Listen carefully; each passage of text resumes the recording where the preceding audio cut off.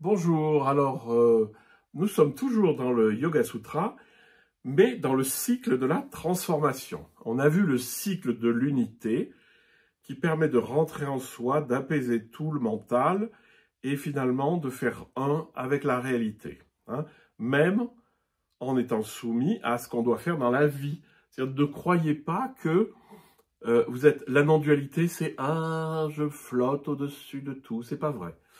La non-dualité, c'est juste arrêter de s'identifier aux différences et de voir que tout ne fait qu'un, hein. Et si je fais un avec tout et avec tout le monde, j'aurais pas envie de détruire ceci ou cela.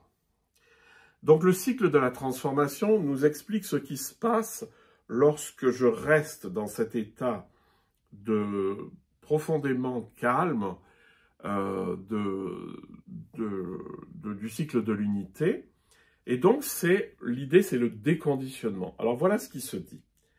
Nos différents états psychiques proviennent uniquement de l'ego, qui est le sentiment illusoire du « je suis ceci ».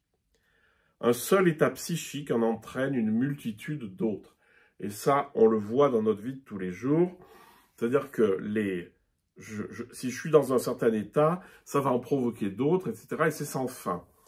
Et nos états psychiques, c'est-à-dire tous nos états émotionnels, de pensée, de ceci, de cela, ils proviennent uniquement de l'ego qui croit qu'il est ceci.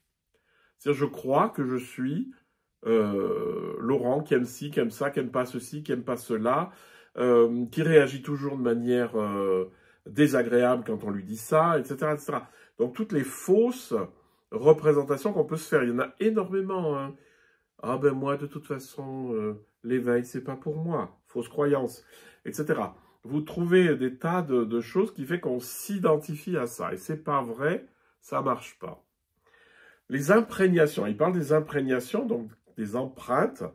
Les imprégnations sont les résidus, les empreintes des actes antérieurs. Ces conditionnements anciens disparaissent grâce à la pratique méditative.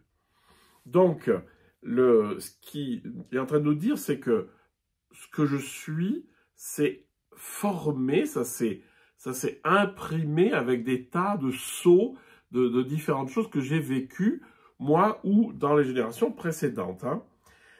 Mais ce qui est intéressant, c'est qu'il dit ces conditionnements anciens disparaissent grâce à la pratique méditative. On dit aussi autrement, c'est que la pratique de l'éveil brûle les conditionnements.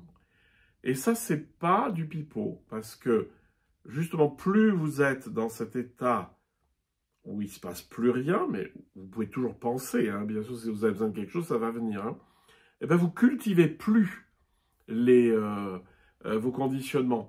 Alors que si vous êtes là en train de ruminer, ben vous allez le cultiver, et le cultivant, vous allez le renforcer. Donc, l'état intérieur paisible, finalement, il déconditionne parce qu'il ne nourrit plus les conditionnements. Cette nouvelle manière d'être amène une grande sérénité. Ah ben ça, c'est le moindre des choses, hein.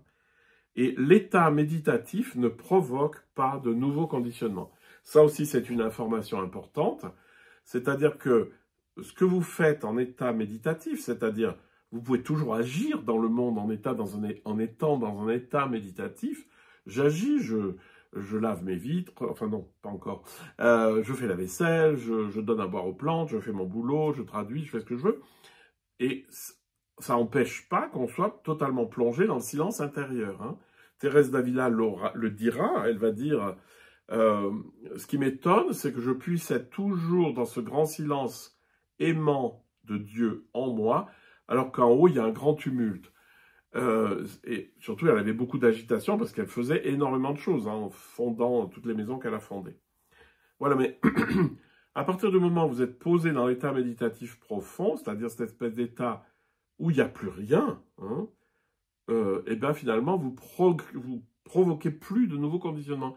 Et ça a vachement de valeur, c'est-à-dire que le déconditionnement, il est progressif, mais du coup, vous en fabriquez plus.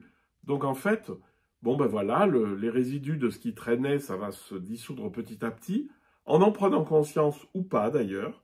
Il y a des conditionnements dont vous allez vous défaire sans vous savoir pourquoi. Et puis les conditionnements un peu, voilà, où il y a une action mentale, là vous allez peut-être, enfin, ou des oppositions ou des choses psychiques, peut-être que vous allez en prendre conscience et ça aidera ces conditionnements à se dissoudre. Hein.